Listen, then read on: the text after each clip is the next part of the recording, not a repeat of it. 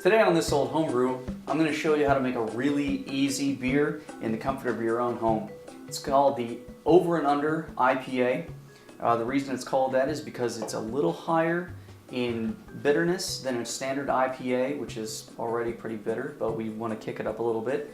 The Under notates that it's slightly lower in alcohol, so it's got more punch, but you can drink more of it.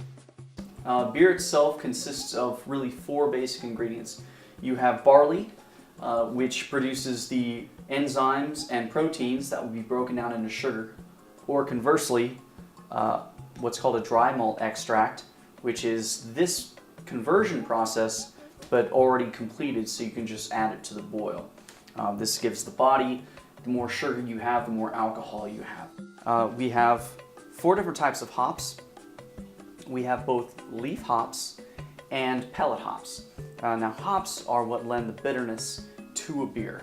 For this IPA, we're going to be using about 2 to 3 ounces of hops for this, so it's going to be decently bitter.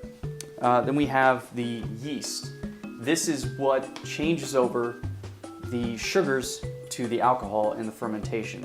The only thing we need other than this is water, which as long as you have a tap, you can get. The equipment that you'll need is a 5-gallon brew pot at minimum. Most beer recipes are set for 5 gallons. We're going to be making a 2-gallon batch. Okay. Now, even for a 5-gallon batch, though, you're only going to be boiling 2.5 to 3 gallons, 3.5 gallons of water.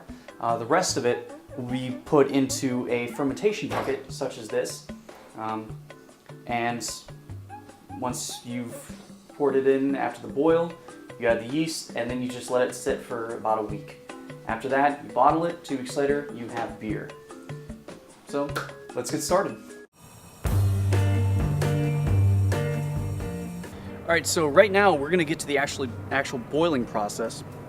And what I'm doing is a technique called a partial mash, where I'm using barley initially to lend a bit of unique body and color.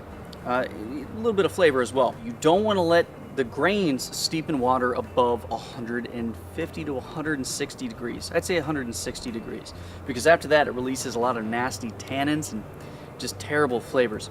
So I'm going to toss this in. We're just going to let that steep while this gets up to temp.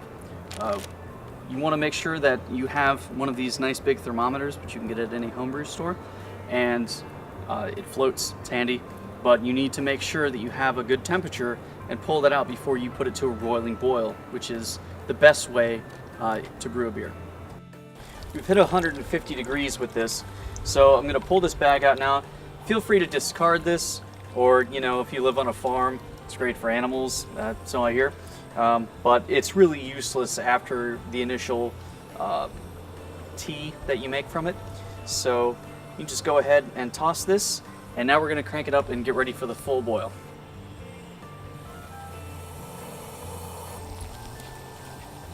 Alright, so now that we've gotten to a full roiling boil, what I'm going to do is add the first addition of my hops. Now I'm going to be making additions every 5 or so minutes from here on out. So we're going to have our hops in varying degrees every 5 minutes, and that's going to lend a really unique kind of character to it. Okay, so what I just did was I introduced the dry malt extract into the boil. You can put it in at the 60-minute mark. I like to put it in a little bit later, like 50 to 45 minutes in. The next thing that you want to do once you've gotten the boil done with, you want to try to cool the beer as quickly as possible down to a pitching temperature of about 60 to 65 degrees. So we're going to try to get this down to pitching temp, and then once that, we're going to transfer it to this bucket where we're going to pitch the yeast, which is just basically dropping it in. And once that's done, we seal it up, we put an airlock on it, and that's it. It's really just that simple.